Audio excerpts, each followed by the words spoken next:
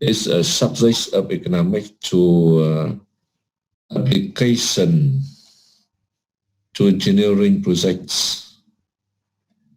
Engineers seek solution to problems and the viability of each potential solution is normally considered along with the technical aspects. So means there are many alternatives to solve problems, and we have to use the knowledge of engineering economics to solve, to select. That is a technical aspect to solve for solutions to problems. And the second way to express the definitions of engineering economics. Here, engineering economics involves in formulating, estimating, and evaluating the economic outcomes when alternatives to accomplish defined purpose are available. Okay, that means for each problems we have defined the purpose. And then we formulate the projects. We have to estimate the value, the revenues, estimate the cost, and then we evaluate the economic outcomes to each alternatives to accomplish defined purpose, and then we compare and select the best alternatives. That is engineering economics. Okay, here is involves in formulating, estimating, and evaluating the economic outcomes. And now, come on, this another way to express defines of engineering economics. Engineering economics is a collection of mathematical techniques that simplifies economic comparison. Why is that? Because in engineering economics, we have to use many mathematical formulas, mathematical techniques to solve the problems. Okay, when we study the subject, we will to understand that. And another way to express the definitions of engineering economics here. Engineering economics is the applications of economic techniques to the evaluations of designs and engineering alternatives. The roles of engineering economics is to assess the appropriateness of a given project, estimate its value, and justify it from an engineering standpoint. Okay, so we can say that there are many ways to express the definitions of engineering economics, but we can conclude as follows. When we say about engineering economics, we have to understand that engineering economics is need to engineers. Every engineers need to need the knowledge of engineering economics, because the engineer have to solve many problems in their work. Okay, so they have to use engineering economics to solve the problems. And second, the engineering economics is the applications of economic techniques. Okay, we use economics techniques to study, to solve the problems we have. And the task is engineering economics refers to formulating, estimating, and evaluating engineering projects. This The works are responsibility of engineers to use engineering economics to solve the problems they have. Okay, so that is engineering economics. Now, engineering economics, we have to solve two main problems. The first main problems that evaluating a single alternatives. Evaluating a single alternatives. A single alternative that means the phương án độc lập hoặc là dự án độc lập. Evaluating a single alternative. This is the first main problems. Suppose you have an engineering economics. Suppose you have an engineering project. Okay. Suppose you have an engineering project to be needed for evaluating. You have to estimate the revenue and the cost of the project. You have to calculate the benefits of the project. And ultimately, you have to make decision whether the project is worth to invest. Okay, this decision is very, very important for everybody. Okay, when we intend to use money to invest in a project, we have to evaluate the efficiencies of the project. Okay, to make the decision whether the project is worth to invest. That is a very, very important decision for everybody, every organizations. Okay, that is the first main problems of engineering economics.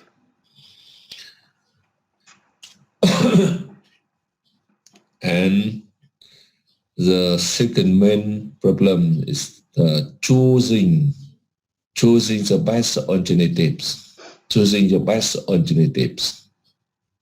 means when you have some alternatives of investment available with the scarcity of money, you have to choose the best alternatives for carrying out. Okay, in order to solve the problems, we can have many available alternatives.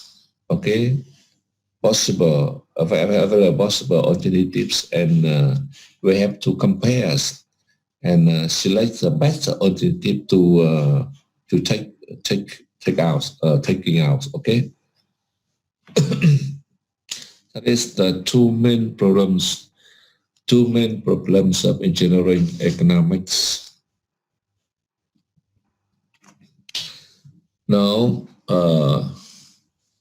the second question is why we study engineering economics here? Because we say about the rules of engineering economics in decision-making process.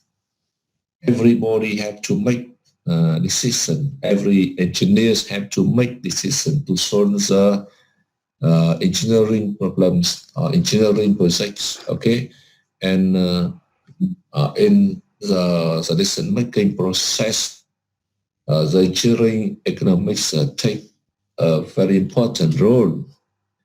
And first, we have to understand here is decision-making process.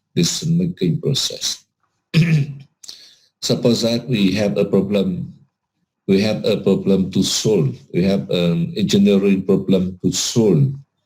The first step, we have to understand the problem. Okay, we have to understand the problem and define the objectives. the solutions of these problems aim to gain which objectives here. Okay, the first step.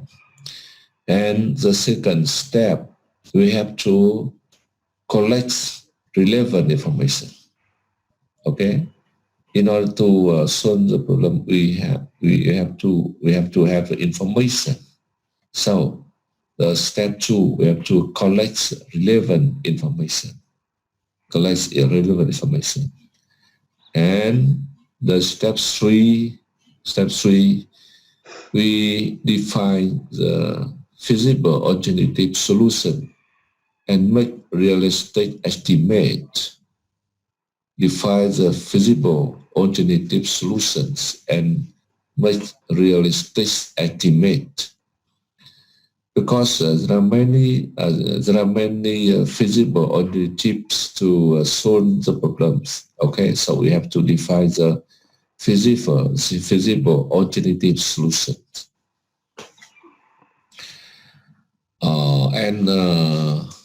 And we estimate the value related to alternatives. And step 4, we identify the criteria for decision making using one or more attributes. Okay, we in order to compare and select the best alternative to solve the problems, we have to use criteria. Okay, we have to use the criteria. So depend on the purpose or objectives of the problems, we select the criteria for decision making. Okay, maybe we use one or more attributes to build the criteria. And the step 5, we evaluate each alternatives using sensitivity analysis to enhance evaluation. We have to evaluate each alternatives. Okay, and which alternative is what to use, we can use it to compare. Okay, and in this step we can use the sensitivity analysis to enhance evaluations. Okay, that's a step 5. And then step 6, we select the best alternatives. Okay, select the best alternatives according to the criteria we have chosen. Okay, and the step 7, implement the solution. And step 8, monitor the results. Okay, this process to solve problems we have in practice. Okay, and in this process, the engineering economists take a very, very important role from step 2 to step 6. From step 2 to step 6. Is that here? Now, step 2 and step 3 establish the alternatives and make the estimate for each one. Okay? Step 2 and step 3, we establish the alternatives and make the estimates for each one. And step 4 requires analysts to identify attribute for alternative selection. It's a very important. Okay, very, very important. And step 5, we utilize engineering economy models to complete the evaluations and perform any sensitivity analysis to compare the alternatives. Okay, in the step 5, we solve both two main problems in the general economics. Okay, we also evaluate a problem, an alternative and compare to select the best alternatives here. And step 6, we make the decision to choose the best alternatives. Okay, that is the roles of engineering economics in the making process, decision making process. That's the case. That's the introduction to engineering economics.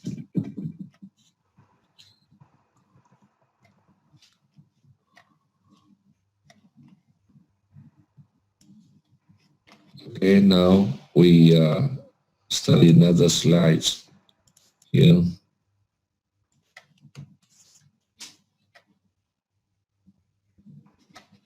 No.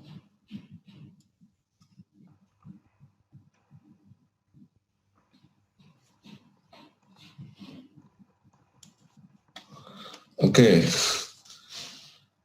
Now that on the slides here, we study the capital budgeting.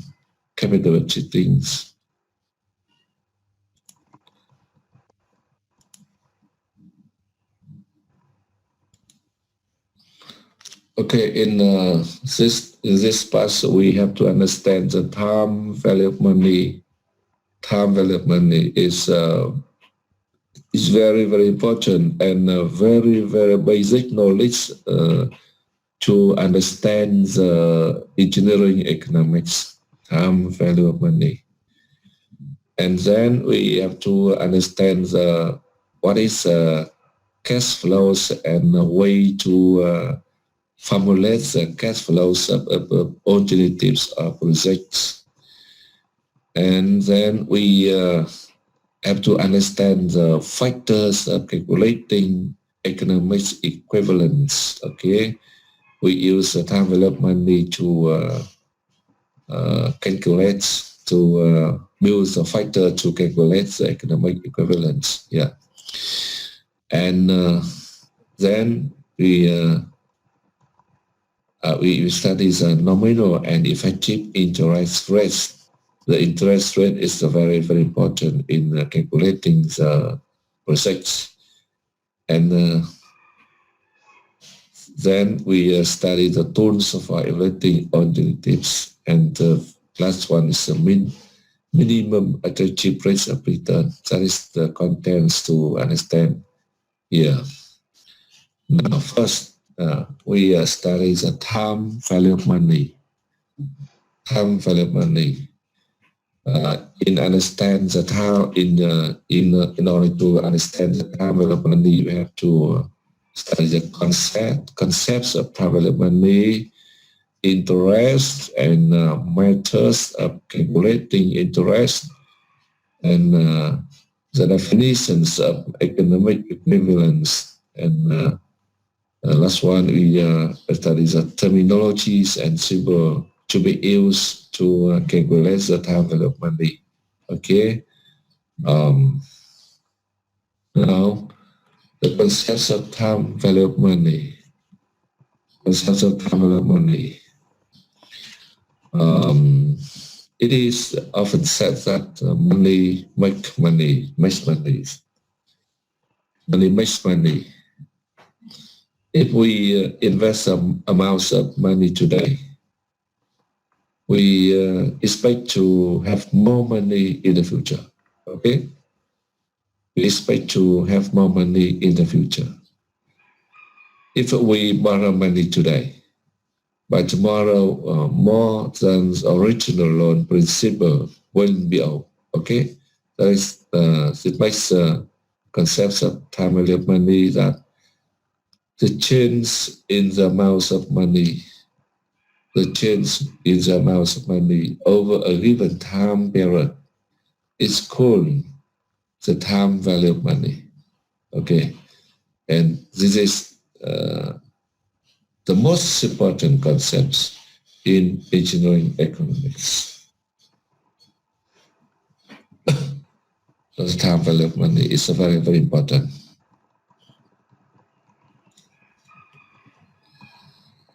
And in order to calculate time value of money and to express the time value of money, we have to use interest definition. Interest definitions. What is interest? Interest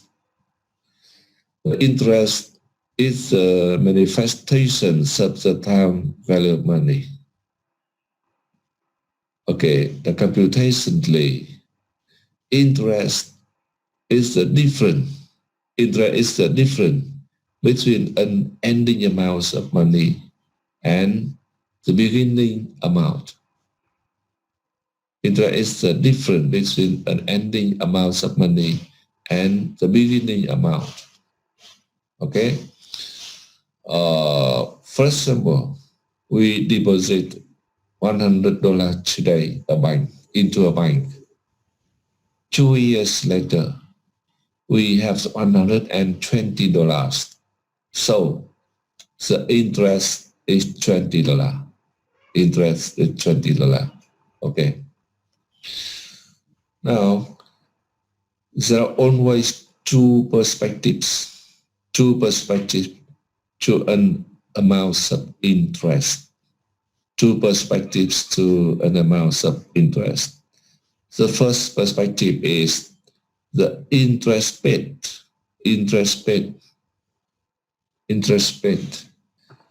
When a person borrow money, that means obtain a loan, and repays a larger amount. So we have the interest paid here. Interest paid equal amount owed now minus original amount. Okay, so that is the interest paid. And when interest paid over a specific time unit is expressed as a percentage of the original amount or principal, we call the interest rate. Here is the formula to calculate the interest rate. Interest rate in percentage equal interest accrued per time unit. Interest accrued per time unit divided by original amounts and times 100%. Okay, and the time unit here. The time units of the rate is called the interest period. Okay, interest period. There are many kinds of interest rate depending on the interest period. Okay. For example, we have the interest rate per year, interest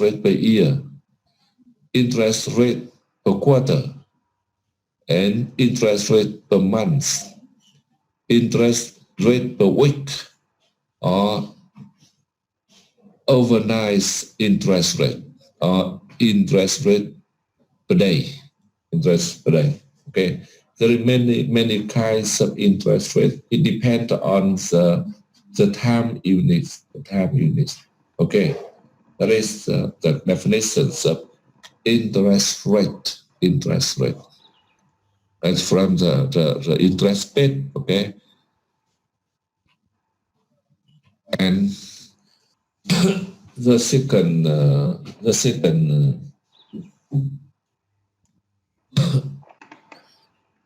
okay, the second perspective here, interest earned.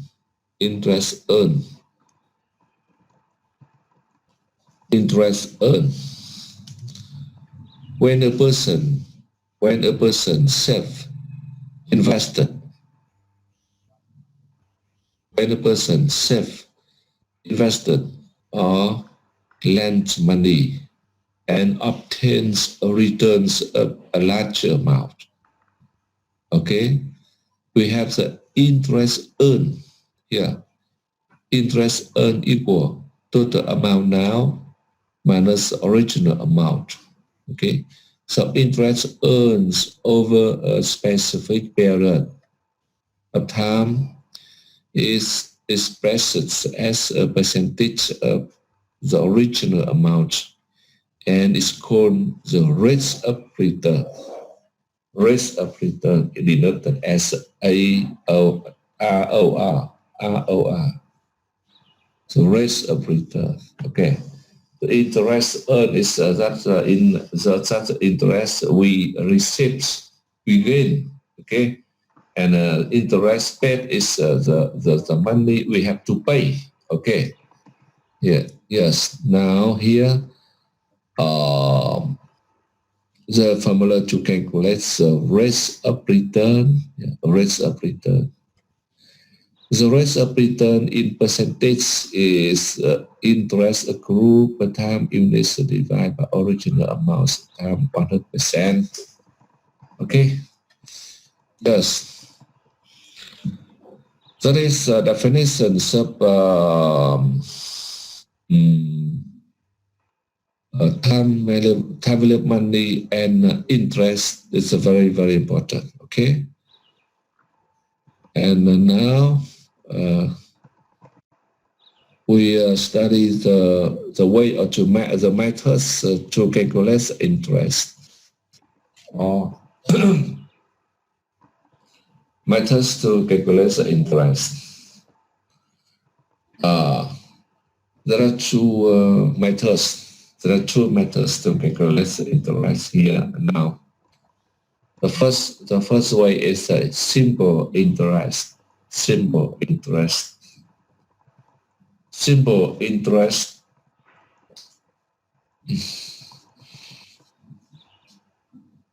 Here's the simple method.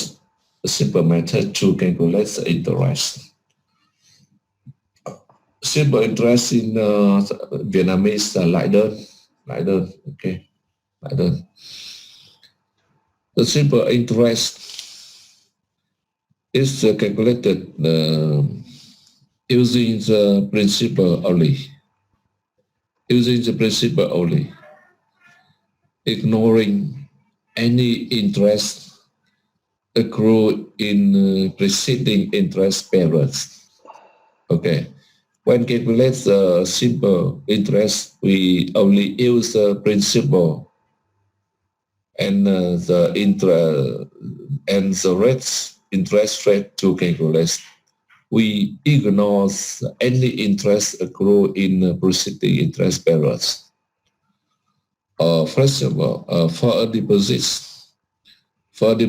of $P at a simple interest rate of small I for n periods, the total earned interest I would be here. I equal P times small I times n. Okay, because it's the interest the interest for each period. Interest for each period is P times small I. Okay, because B is principal. P is principal and small I is interest rate. So for each period, the interest is P times small I, and for n periods, the interest is P times small I times n. It's very simple. Okay. So the total amounts available at the end of n periods, F would be here. F equal P plus I, or equal P plus P times small I times n. We have the formula here, P times 1 plus small I times n. That is the total amount. The total amount we have at the end of n pairs. At the ends of n pairs. Okay? P is a principal. P is a principal. Small I is interest rate, and n is a number of pairs. Number of pairs. That is a simple interest. Simple interest.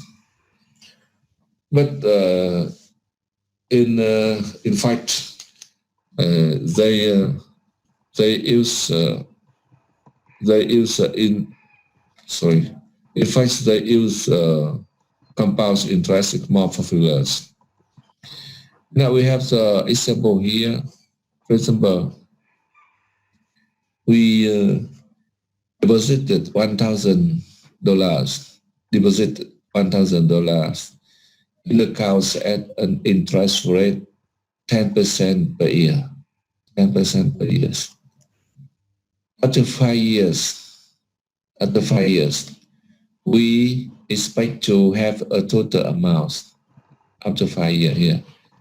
F equal 1,000 times 1 plus 0.1 times 5 is 1,500. Okay, and here is the total amount at the end of 5 years.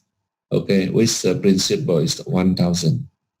So the difference between the total amount at the end of 5 years and the principal is 500. The 500 is interest. Okay, interest.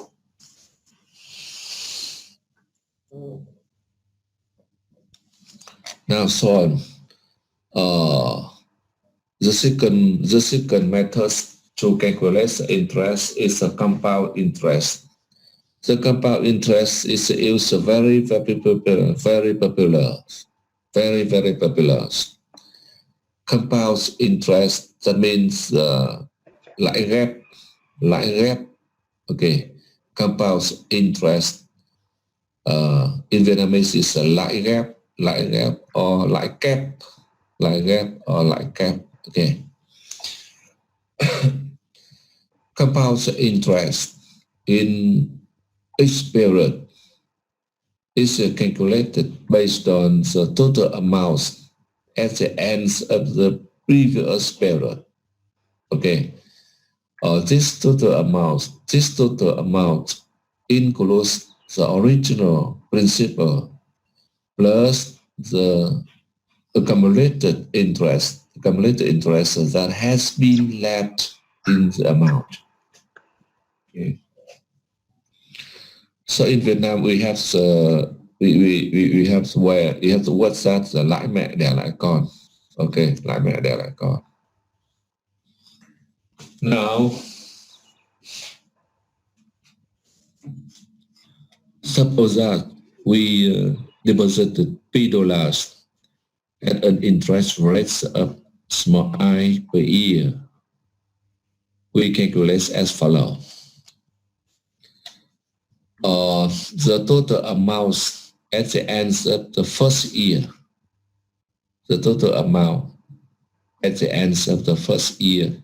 Here, P plus P times I equal P times 1 plus I. Okay, P is the principal. P is the amount at the beginning of the first year. Okay, and P times I is interest in the first year. Interest in the first year. Okay, so the total amount at the end of the first year is here P times 1 plus small I. Now, so on the total amount at the end of the second year. The total amount at the end of the second year, we have here P times 1 plus small I plus P times 1 plus small I times small I. And we have the P times 1 plus small I to the power 2. Here, you can see that the P times 1 plus small I is total amount at the beginning of the second year.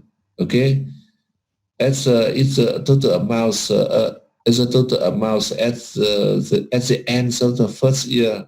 It is also the total amount at the beginning of the second year.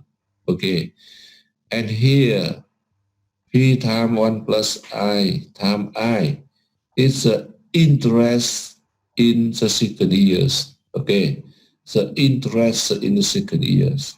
So we have the total amounts at the end of the second year here. Total amounts at the end of the second year. Now, so on the total amount at the end of the third year. We have here. Here, this part is the total amounts at the end of the second year. It is also the total amounts of the total amounts at the beginning of the third year. Okay, total amounts at the beginning of the third year. And here, this part is the interest in the third year. Interest in the third year. So we get the total amounts at the end of the third year. Yeah, and so that we calculate like that way, and we have the total amounts at the end of the year. The year's end. Okay, yeah. Here is the total amounts at the end of n year. P times 1 plus small I to the power n. To the power n. That's now we have a first example here. We invest 1,000. Invest 1,000 at a rate of return 1,000 as a rate of returns of 10% per year. Okay, after 5 years, we expect to have a total amount. We use this formulas. Use the formulas. Okay, P times 1 plus I to the power n. Here, 1,000 is B 1,000. 1 plus 0.1 is the rate of return 10% here. Okay, and 5 here is the number of power.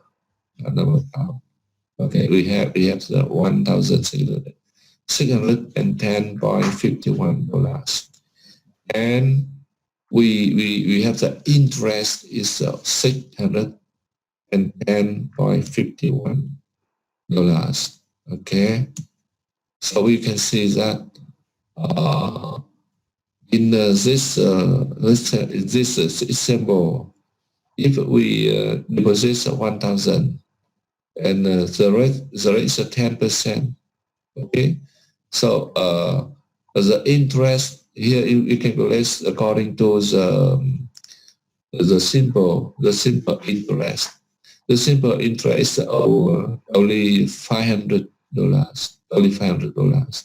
But if we calculate according to the compound interest, we have the compound interest is $610.51. Okay, so the principle is the same, and the interest rate is the same. It's the number of power is the same, but the compound interest is larger. The compound interest is larger than the simple interest. Okay, because we calculate according to the compound interest. The interest is a max interest for the next periods. Okay, so you can use in Vietnamese say that lãi mẹ đẻ lãi con. Okay. Now we have a very important definition here. It's economic equivalence. Economic equivalence. Economic equivalence is the same as the simple interest. Simple interest is larger than the compound interest. Okay, but the economic equivalence. Đây là một khái niệm trừu tượng.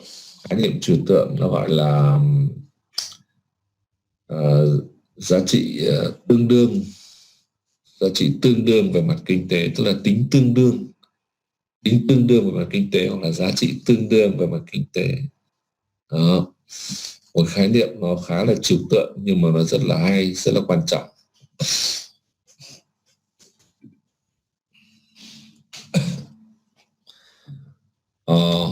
Based on the time values of money mentioned above, we have an important concept, very important concept.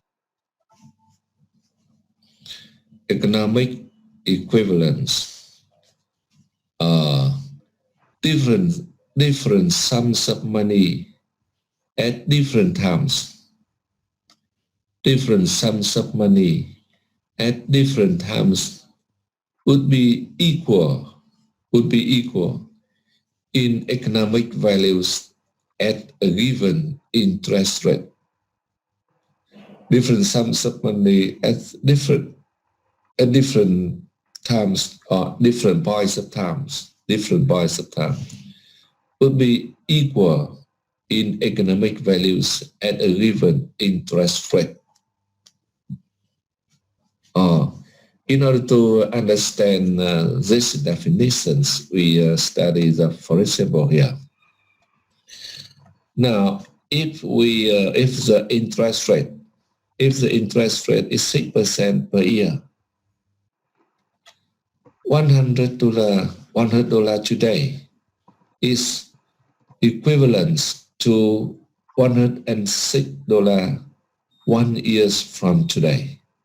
Okay, we can also say that $106 1 year from today is equivalent to $100 today. Okay, so in this example, we understand that the different sums of money at different time, at different points of time. That means $100 today and $106 1 year from today. Okay, different sums of money at different points of time is $100 today and $106 1 year from today. They are equal. Their equivalent values. When we accept the interest rate, we accept the interest rate is 6% per year. Okay. However, the two sums of money are equivalent to each other only when the interest rate is 6% per year. Okay. At a higher or lower interest rate, $100 today is not equivalent to $106 1 year from today. Okay. For example, if the rate is 5% per year, if the rate is the 5% per year, $100 today is not equivalent. It's not equivalent to $106 1 year from today. Okay.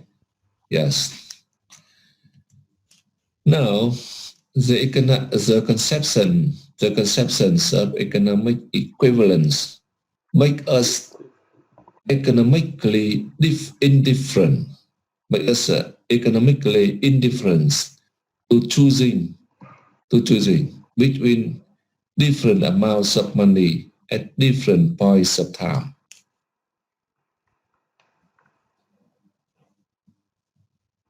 Okay. Or economically indifferent. What does it mean? Economically indifferent. That means bàng quan với việc bàng quan về mặt kinh tế. Bàng quan về kinh tế tức là ở đây người ta muốn nói rằng là cái khái niệm về giá trị tương đương, về tính tương đương về kinh tế, nó phản ánh một cái trạng thái là con người ta bàng quan với việc lựa chọn, bàng quan với việc lựa chọn giữa các cái giá trị khác nhau của tiền, giữa các giá trị khác nhau ở các cái thời điểm khác nhau. Ví dụ như ở cái ví dụ thế này là giả sử chúng ta chấp nhận cái lãi suất là 10% một năm, thì giữa hai cái giá trị, giữa hai cái khối lượng tiền khác nhau, số lượng tiền khác nhau là 1.000 đô la ở hiện tại với 1.610,51 đô la ở thời điểm 5 năm sau, thì hai cái giá trị này nó là hai cái giá trị tương đương về mặt kinh tế. Khi chúng ta chấp nhận tỷ lệ lãi suất là 10%. Vì vậy cho nên nếu cho anh chọn xem là anh lựa chọn cái 1.000 đô la ở hiện tại, hay là anh lựa chọn 1.610,51 đô la ở thời điểm 5 năm sau, thì anh bàng quan với cái việc lựa chọn, tức là thế nào cũng được. Bởi vì là với tôi thì hai cái này nó có giá trị tương đương, chả có gì khác nhau cả, cho nên là thế nào cũng được. Nó gọi là bàng quan với việc lựa chọn. Đây là economically indifferent. Như vậy thì cái khái niệm về giá trị tương đương này, tính tương đương về kinh tế này, nó là một cái khái niệm rất quan trọng để chúng ta đưa ra các cái công thức tính toán, cũng như là cái phương pháp tính toán, đánh giá và so sánh các cơ hội đầu tư.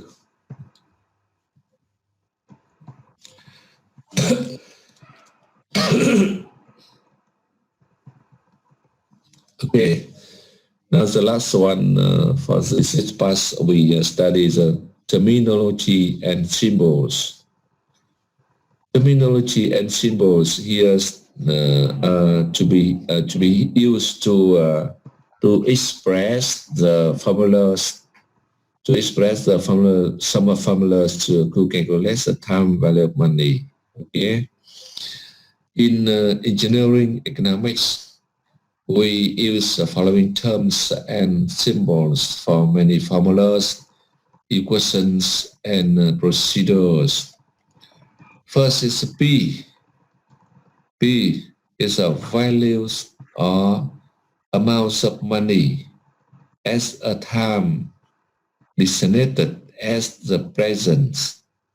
Okay, as a time designated as the present or time zero. Okay, P is a value or amounts of money at the present time. Okay. Also, P is referred to as a present value. P is referred to as a present value or present worth. Present value or present worth. Okay. It is a single payment occurs at present time.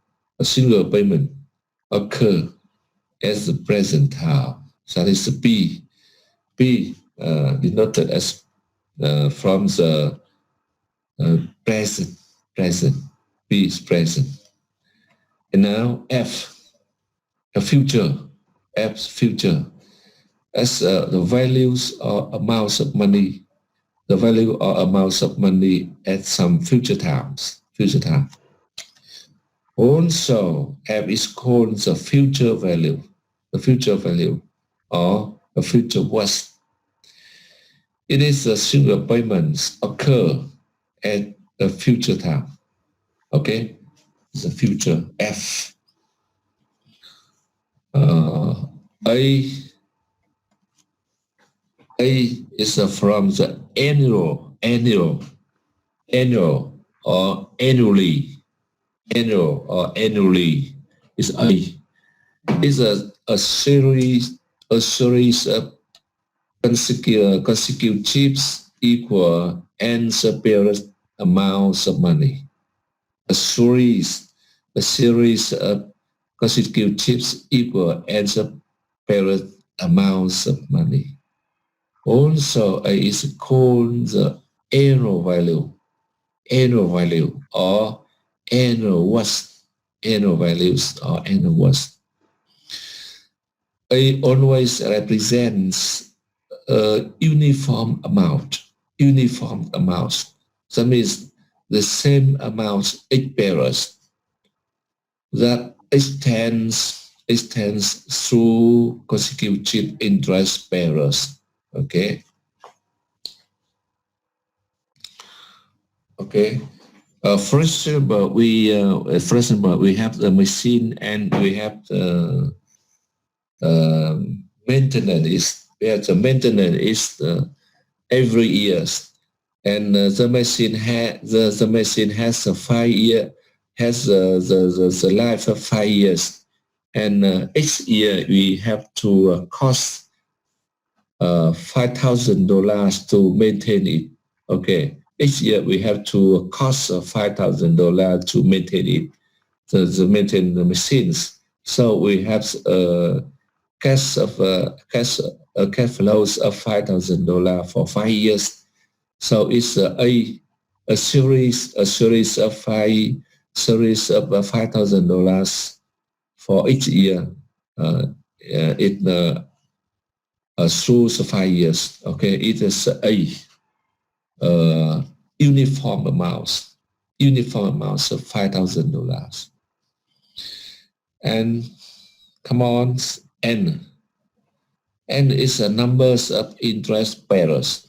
The number of interest bearers. Okay, the bearers maybe it's years or quarters or months or week and so on. Okay, the number of interest bearers.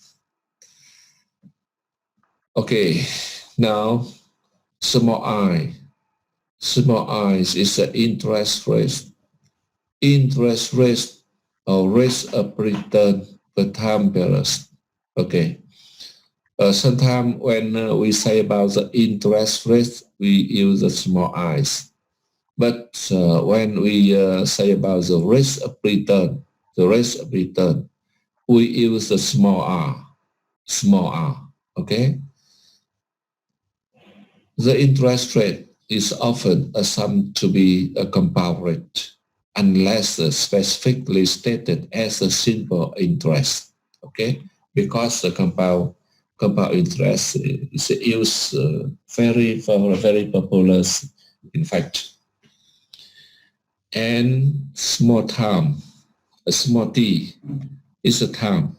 Small t is time stated in pairs. Okay, and t is a independent variable. It's going from 0 to n. Okay, very simple.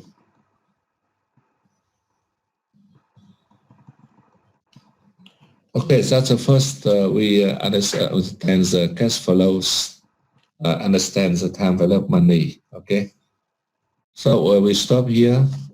We have a short break here. Okay. Yes. In Vietnamese, dòng tiền.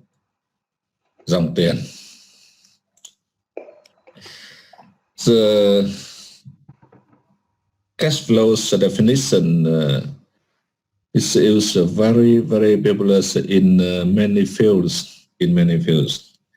And in engineering economics, we use cash flow as a tool to express the revenues and costs for along to the time.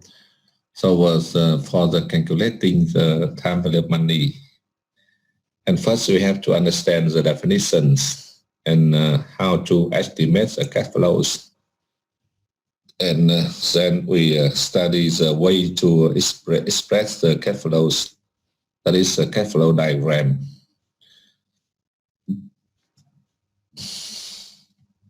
Okay. Now definitions. Every person, company, or projects has cash receipts. Cash receipts. Principles, revenues, income, and so on. And cash disbursements. Cash disbursement. First of all, is expenses, costs, and so on. Okay. These receipts and disbursements are called cash flows. Cash flows occur during specified periods of time, such as months, quarters, years, and so on. Cash receipts are called inflows. Inflows, dòng tiền vào. And cash disbursements are called outflows. Outflows, dòng tiền ra.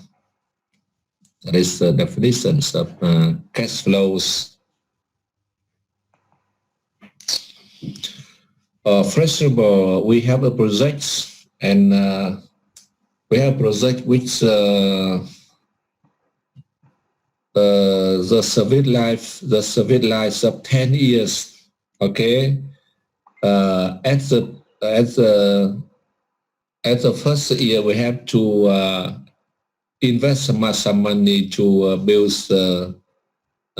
and erect the equipment. Okay, and then every year for 10 years we run the projects. Okay, so in each year we have the revenues. We get the revenues from the product projects, selling product projects, and you have to use the money to maintain, to run the project is the cost. Okay, the cost. So every year we have the cash flows of projects includes the outflows and inflows.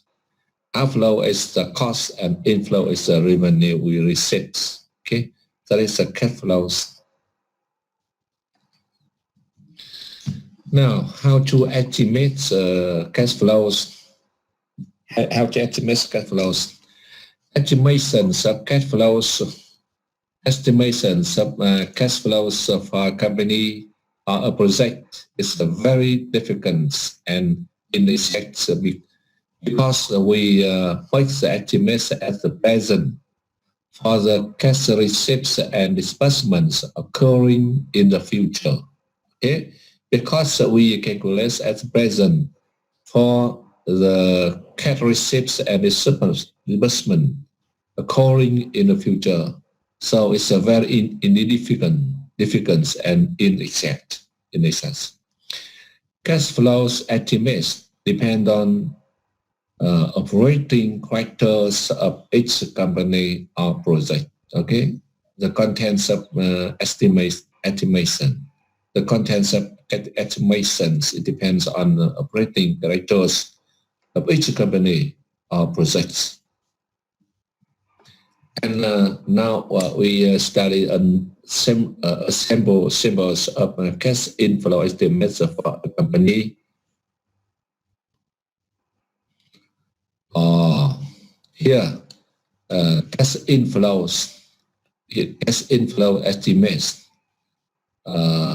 It includes revenue, the money we receive from the selling products. Okay, revenues, and operating cost reductions.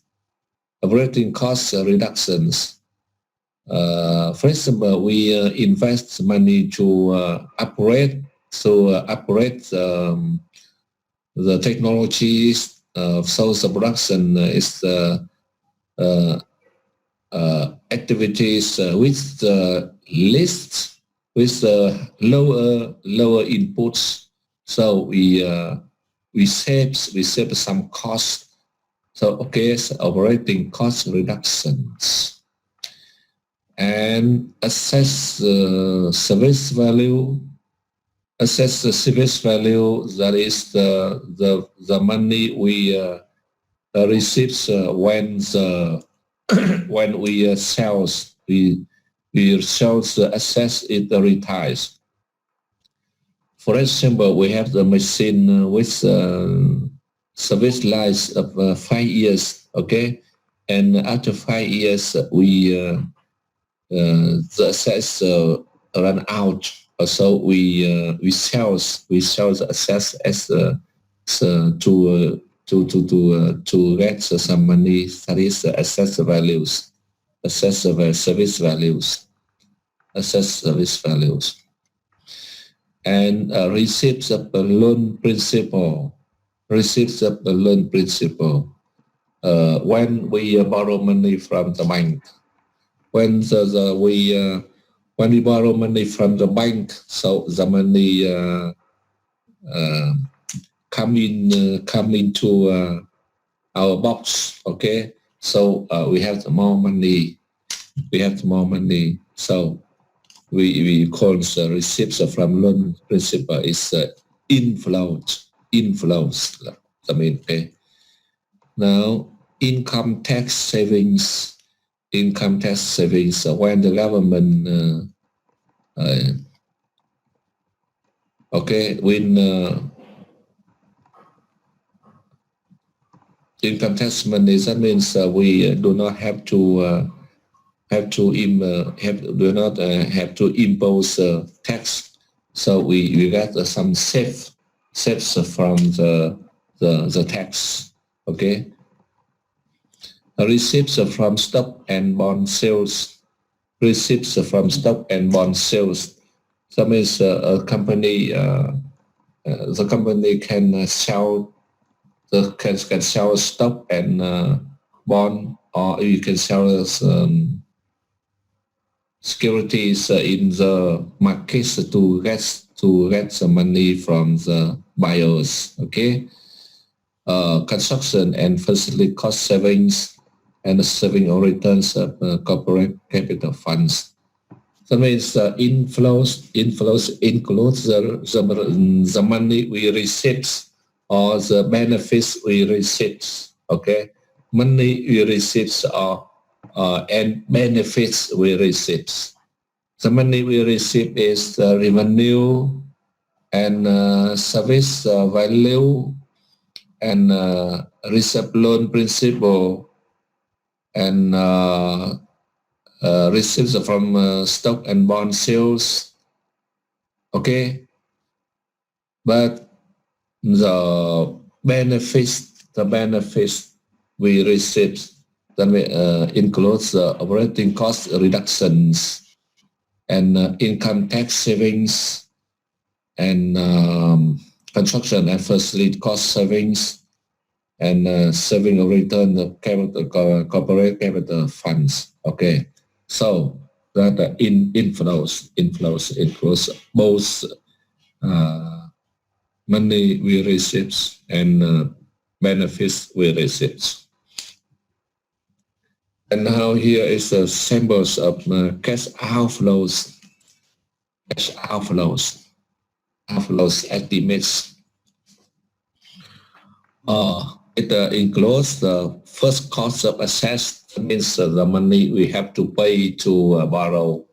Sorry, we have the money we have to pay to buy assets. Okay, to buy assets. The first cost of assets, and engineering design cost, the cost of our designs. Okay, and construction cost and operating cost.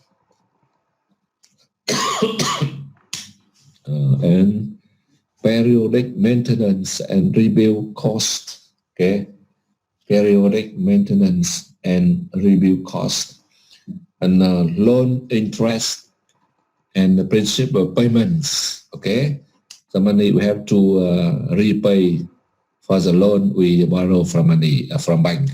Okay, and operate cost, income tax. Okay, it's the money we the company have to pay for the government, income tax, and expenditure of corporate capital funds. Okay, so outflow includes all the costs you have to pay out. Okay, that is the outflow estimate. But when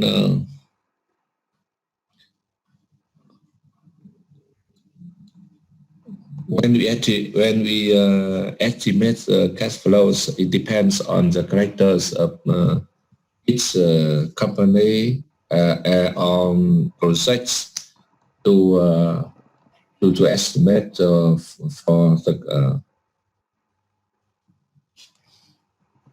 Okay, now once inflows and outflows estimates, once inflows and outflow estimates are developed, the net cash flows can be determined. The net cash flows can be determined as follows. Net cash flows equal inflows minus outflows, or equal receipts minus disbursements. And here, NCF equal IF minus OF. Okay, net cash flows, that means the in Vietnamese is the dòng tiền ròng, hoặc là dòng tiền thuần, dòng tiền ròng hoặc là dòng tiền thuần. Since cash flows normally take place at varying times within an interest period, maybe beginning, middle, or other times of the period, we need to use simplifying assumptions of the ends of period convention. Cash flows are assumed to occur at the ends of an interest period. When several receipts and disbursements occur within a given interest period, the net cash flows is assumed to occur at the ends of the interest period. Chú ý đây là một cái quy ước rất là quan trọng. Chúng ta thấy là dòng tiền ấy, dòng tiền vào, dòng tiền ra thì nó có thể xảy ra ở bất kỳ thời điểm nào trong một cái thời đoạn,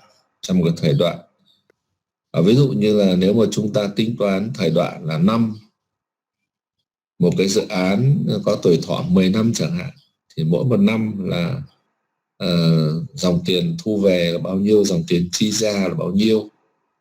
Thế thì trong một năm ấy, thì cái dòng tiền nó có xảy ra ở bất kỳ thời điểm nào trong năm, có thể là đầu năm, có thể là giữa năm, có thể là cuối năm, vân vân.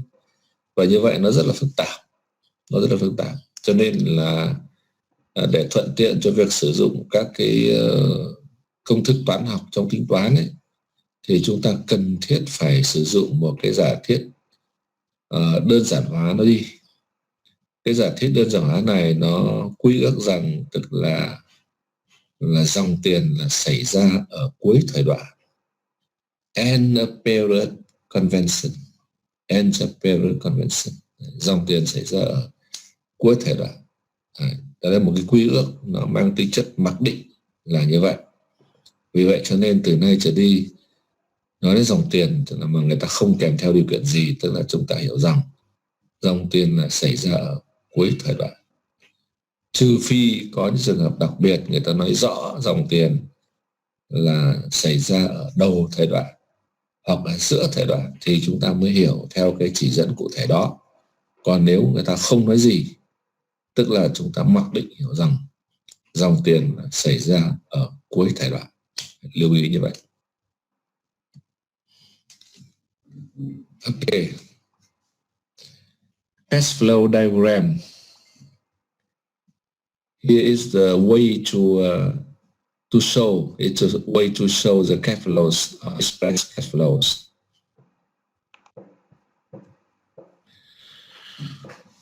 Cash flow diagram is a very important tool in economic analysis. It is a graphical representations of cash flows drawn on a time scale The time scales is a horizontal lines representing the numbers of interest periods.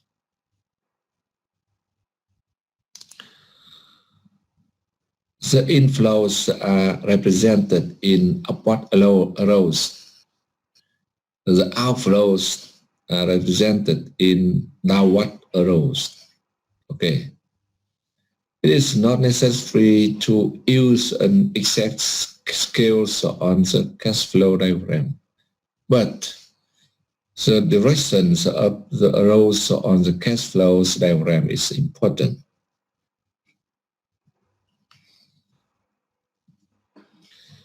Here is a diagram, a cash flow diagram. First of all, we have the cash flow diagram with the n periods, the n periods, the number of periods n. Here's period 0, period 0. Here's period 1. Here's period 2, and here's so on. And here's period n. Okay, and inflow is inflows in express the inflows. We use upward arrow, upward arrow, upward arrows. Here is the inflows, and in order to express outflows, we use downward arrows, downward arrows, downward arrows. Okay, so for this cash flow diagram, we understand that at the period 0, the cost is 300. The cost is 300, and at the period 1, we have the receipts of 500, a receipt of 500, and at the period 2, the cost is 400, the cost 400, and so on. And at the period n, receipts of 700, a receipt of 300. Okay. Now, it says that it is not necessary to use an exact scale on the cash flow diagram. Okay, so means the long sub arrow is not necessary to express exact scale, but the direction sub arrow is a very important. The direction sub arrow. The direction sub arrows is upward, is the inflows. Okay, but the arrow is downward. The arrow is downward, is outflows. Okay, so this is a very important. Okay, so this cash flows, and in order to express the cash flows, in addition to cash flow diagrams, we also use the table, the value table, to express the cash flows. Okay, in ways of the user table, we can put the values of cash flows for each period of time in a column of table, or in a rows of table. Okay, it's a table used very popular to express the cash flows, and it's complex to the Excel spreads to evaluate the projects. Okay, now we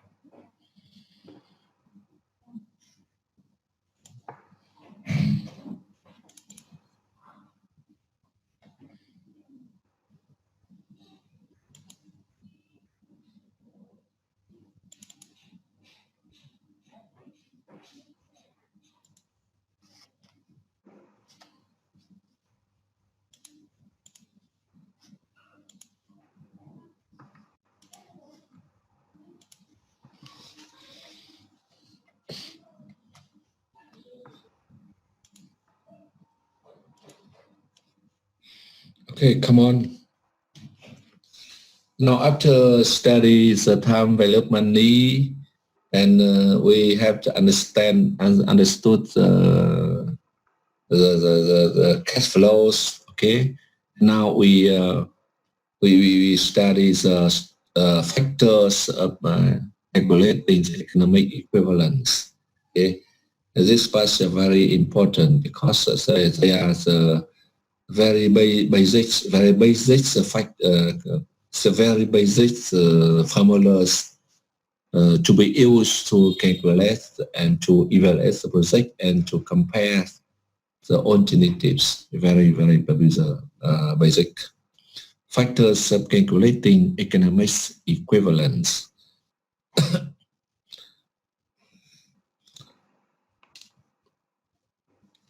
We have the eight factors. We have the eight factors.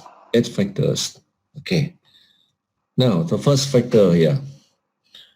The first factor is the simple payment. Simple payment compound factors.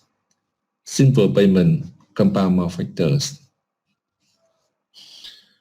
The simple payment compound factor is a factor to be used to calculate the accumulated amounts in the future. Okay, that means we have the given present was. We use a single payment compound factor to calculate the future was. Okay, this factor is used to calculate an accumulated amounts of F given present amounts of P, the interest rates of small I, and the numbers of interest bearers of N. And look at the cash flows diagram here. Here is the number of bearers. The number of bearers is N. 0, 1, 2, and so on, N. So the number of bearers, the number of interest bearers is N. And a given present was is P. Is P. And even given interest rate is small I. So we have to calculate the future was here, F. What is F? How much is F? How much is F F is equivalent to equivalent values of P. Okay, and in order to calculate the future the future was, you have known that these formulas. Okay, F equal P times 1 plus I to the power N. It's a very simple. We have to illuminate these formulas ahead. Okay. Okay, here in these formulas, the factor 1 plus I to the power N, 1 plus I to the power N, is called the single payment compound factor. Single payment compound factor, and denoted as FPIN. It is read as 5F given PIN. Okay, that is the single payment compound factor.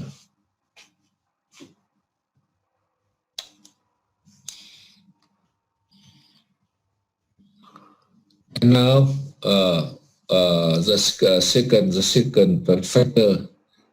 The second factor is a single payment present was factor. Single payment present was factor. Single payment present was factor. This factor is used to calculate a present was P given a future amount was F, the interest rate I, and the numbers of interest bearers n. Okay, look at this diagram. The number of interest bearers is n. It's n. Okay, and the given values of f here, if you have no f here, and the interest rate I here, okay, so we have to calculate the present worst. How much is the present worst? Okay, in order to the P is equivalent values of F. Okay, so it's a very simple. From these formulas, F equal P 1 plus I to N, we can determine these formulas. P equal F divided by 1 plus I to the power N. Okay, that's the converse from the before formulas. Now the factor 1 divided by 1 plus I to the power N is equal the single payment present worst factor. The single payment present worst factor N denoted as PFIN. So that means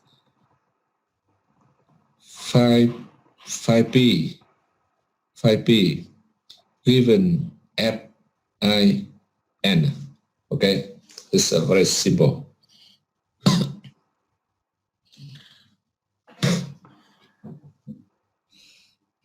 Now we have an example here. Now example 1.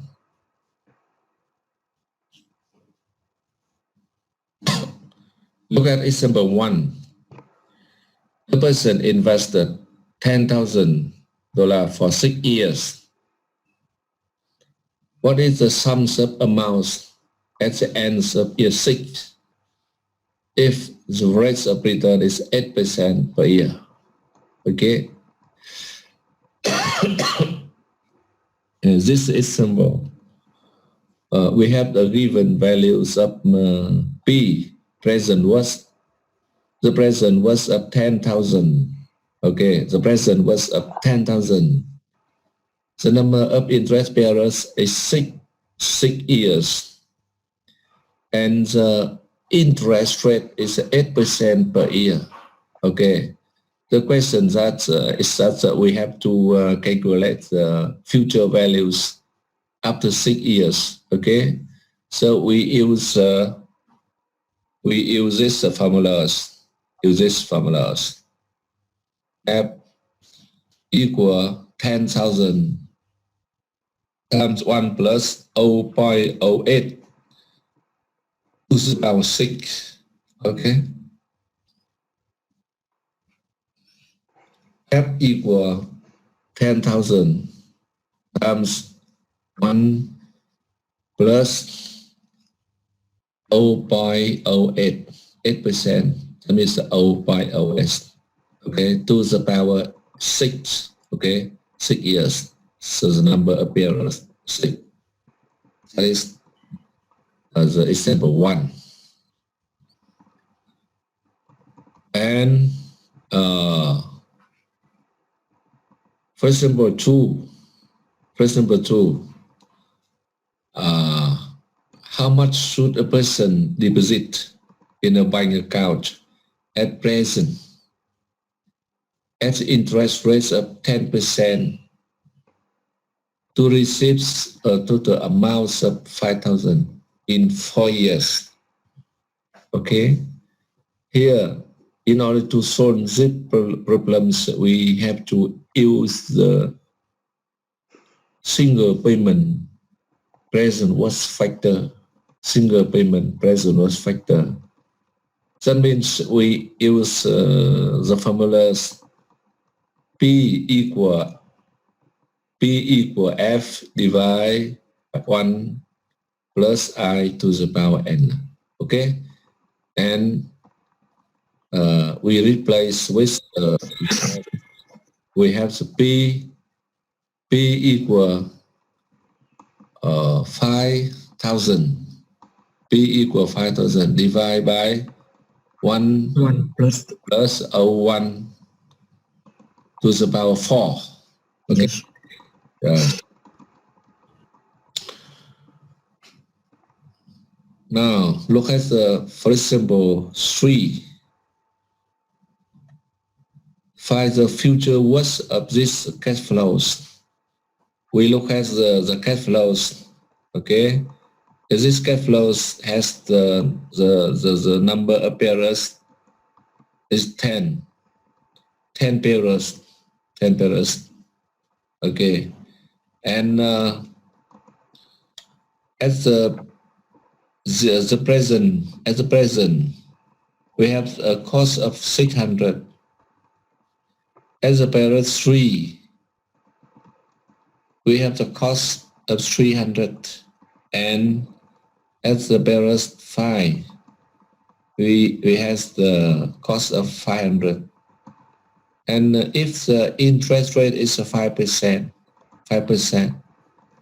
we have to calculate the future values of these cash flows, the future values. Okay. In these problems, we use the single compound factor. We use a single compound factor to calculate the future value f. Okay, now f equal 600 times 1 plus 0.05 to the power 10. Okay, from here to here, it's a number of power, it's a number of pairs, it's a 10 pairs. Okay, so 600 times 1 plus 0.05 to the power 10 plus 300 times 1 plus 0.05 7 okay to the power 7 okay, so number of pairs at 7 and plus 500 1 plus 0.05 to the power 5 okay, so number of power is a 5. That is the future values of this cash flows. It's okay. This is very important, very simple. And now look at the example number 4. Look at the example number 4. We have to find the present worth of this cash flows. Okay. Yes, this cash flow has 8 periods, and the interest rate is 8%. Okay. We have the 3 values of cash flows here. Now, we have to calculate the present worth of these cash flows. We use the single payment present worth factor. Now, P equal 100 divide by 1 plus 0 OS the power 3 power 3 okay, power 3 plus 1000 divided by 1 plus 0 0.08 power 5 compound 5 yeah. to the power 5. Okay. Plus 1200 divided by 1 plus 0 okay to the power 8. Okay. So in for this example, we have a general formula here. Now we have general formula here. This P equal sums up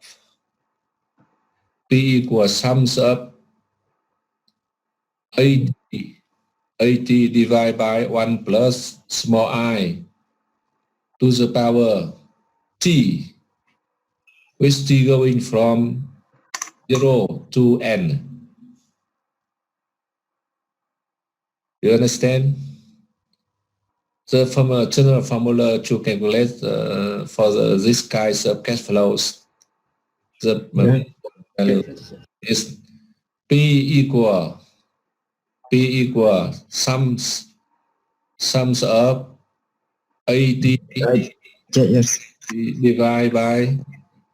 divided by 1 plus 1 plus small 0.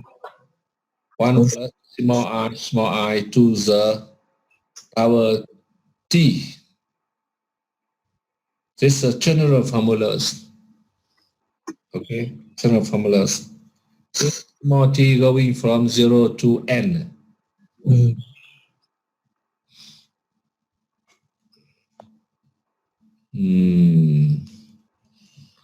Here.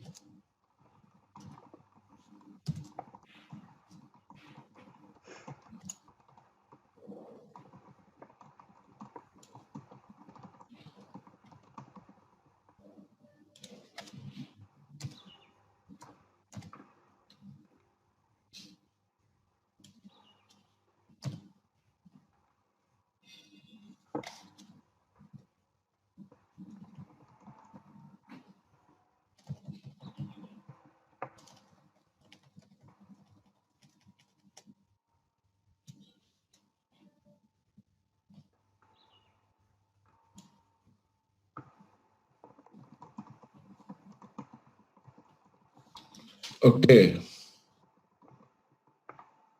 And this cash flows, we have the general formula here. F equal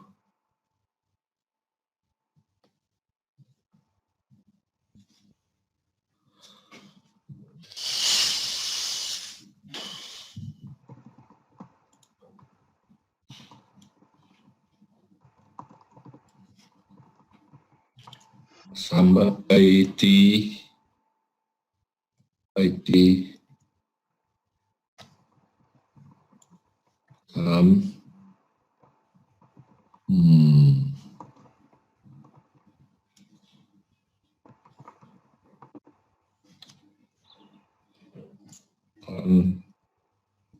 plus interest rate to the power n minus t. It's a t going from 0 to n.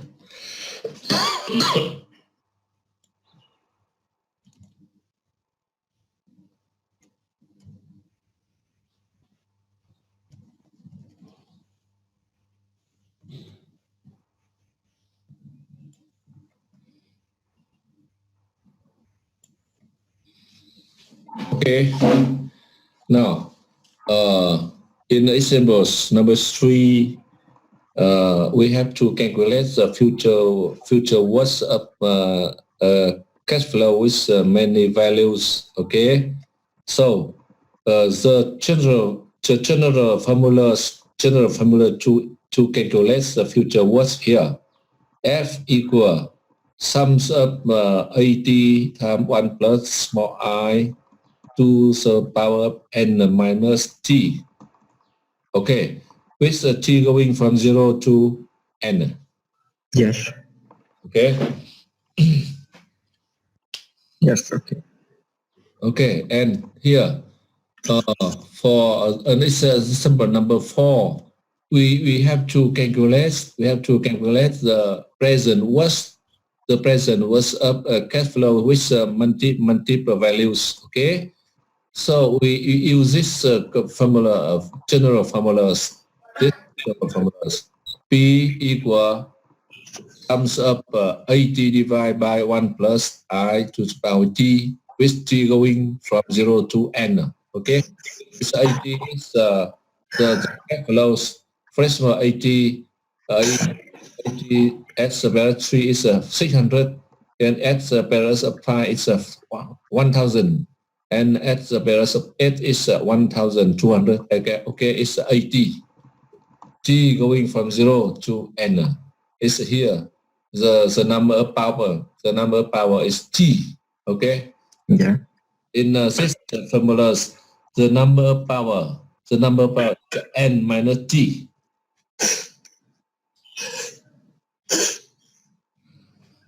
Okay, that's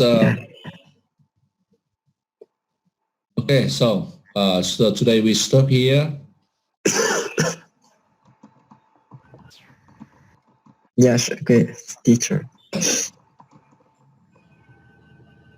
Okay, now stop here. Goodbye. Yes. Okay. See you later. See you later.